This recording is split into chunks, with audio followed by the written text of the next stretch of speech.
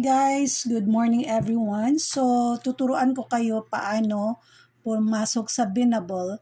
Pero itong Binnable po, hindi po kayo makaka-sign up kung wala pong invitation. So, magkakaroon din ng bonus. I-click po natin. Buksan po natin siya. Sana po ay matulungan ko kayo. It's my second day today. Tapos, eto na yun. No, punta na lang muna tayo sa profile ko dito.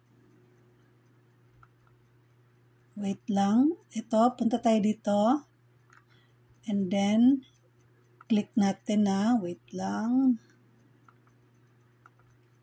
Okay, buksan ko si profile. Hey, what's wrong? Buksan natin si profile. Ito pa yung followers ko. Click natin to. Or click natin tong 3 lines, dashboard. So, tignan natin yung insights ko. Yan. So, may tumingin na po. Yan po. May tumingin na po sa ating products, no? So, from Sweden, tinignan na yung product natin. Ito din, someone, beauty products din. So, maganda pala talaga yung beauty products na re-recommend natin, no? From other country yon. Tsaka next is itong Tune Up. So, walang binigay na message si Tune Up. So, no Tune Up recommendation at this time. Your profile and list are looking great. So, may algorithm din siya, guys, no? So, maganda to, guys. Mabilis lang siya. Etong cashback, dito tayo sa pangatlo, guys. Ito. Sa cashback po, kasi nag-register ako, binigyan ako ng invite code ng isang content creator din ng FB. So, naka-receive ako ng $5. So, mga 200 plus lang ata to sa Philippine money. Pero okay na yun. Pero pag nabuo mo na siya ng $80 at mawi-withdraw mo siya through PayPal po. So, dito i-click natin. Kailangan natin kasing mag-invite pa ng mga friends. Kasi mas madali lang siya kasi international. Tignan ko muna.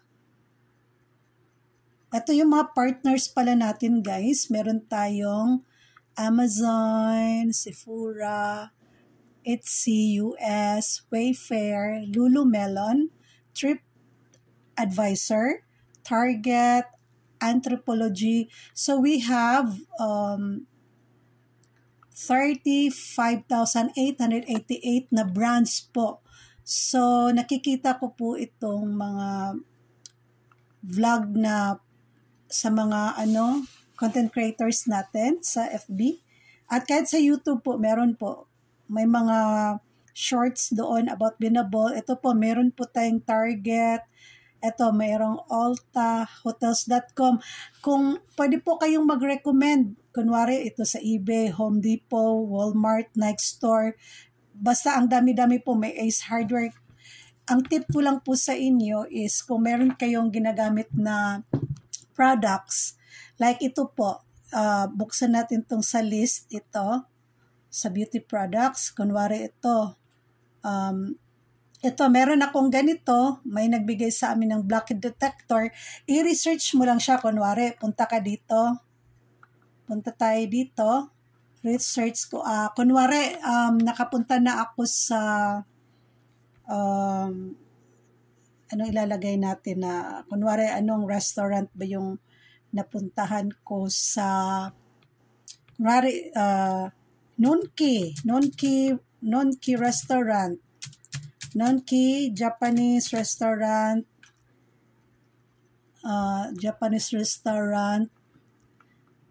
in Cebu. Ganun lang.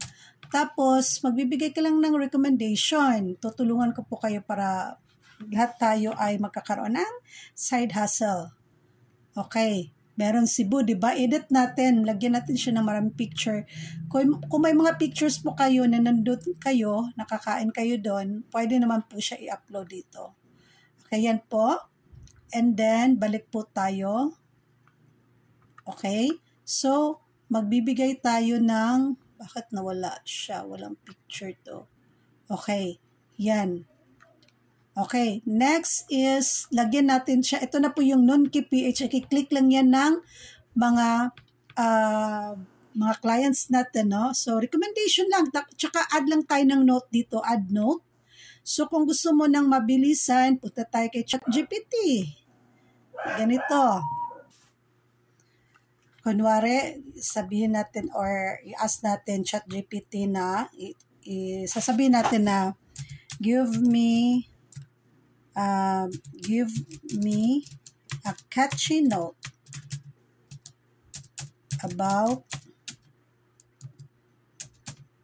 about Nunkey Japanese restaurant.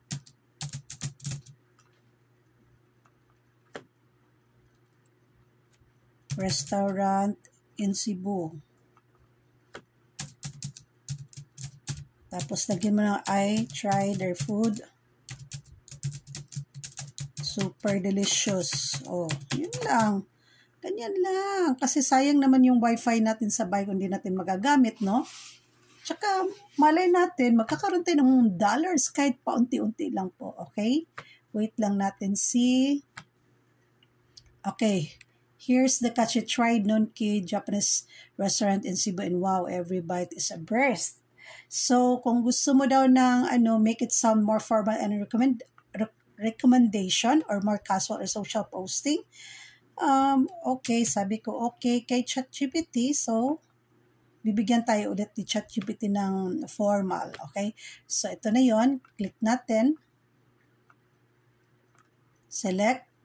Ito lang, kukopyahin lang natin siya kasi hindi naman tayo kailangan tawag dito yung